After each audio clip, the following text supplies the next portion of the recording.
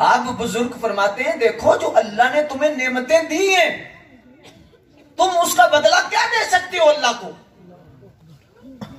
دے کیا سکتے ہو تم؟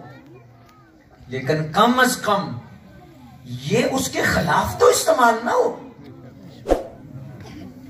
یہ اس کے حکم کے اگینسٹ تو نہ ہو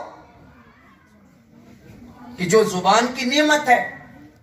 اب میں اکثر کہتا ہوں دیکھیں کہ شادی پر دولت کس نے دی ہے؟ عزت کس نے دی ہے؟ دولت دی ہے اللہ نے، اور وہی دولت اللہ کے خلاف استعمال ہوتی ہے، آتش بازی میں، ہلڑ بازی میں، بے پردگی میں، عریانی میں، فحاشی میں۔ اللہ اس کے رسول کی ناراضگی میں وہی دولت استعمال ہوتی ہے، تو اس کا مطلب یہ ہے کہ جس نے گن دی ہے اسی کو خلاف استعمال ہو رہی ہے۔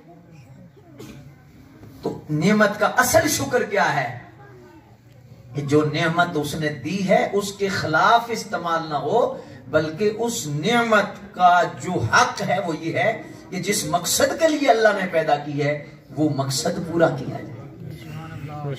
میلاد شریف حضور کی ایک عظمت کا اظہار ہے، نعمت کا شکر ہے کہ یا اللہ تیرا شکر ہے تو نے اپنا محبوب عطا فرمایا، تو نے اتنا کرم کیا کہ تو نے اپنا محبوب دیا، اتنی مہربانی فرمائی۔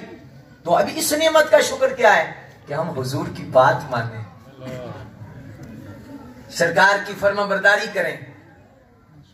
یہ میلاد کا زاویہ بھی ٹھیک ہے کہ ہم نے جھنڈیاں لگائیں، ہم نے چراغاں کیا، ہم نے خوب یہ گلیاں سجائیں، یہ زاویہ بھی بالکل ٹھیک ہے، لیکن یہ منزل نہیں، یہ پہلی سیڑھی ہے، یہ رغبت دلانے والی ہے۔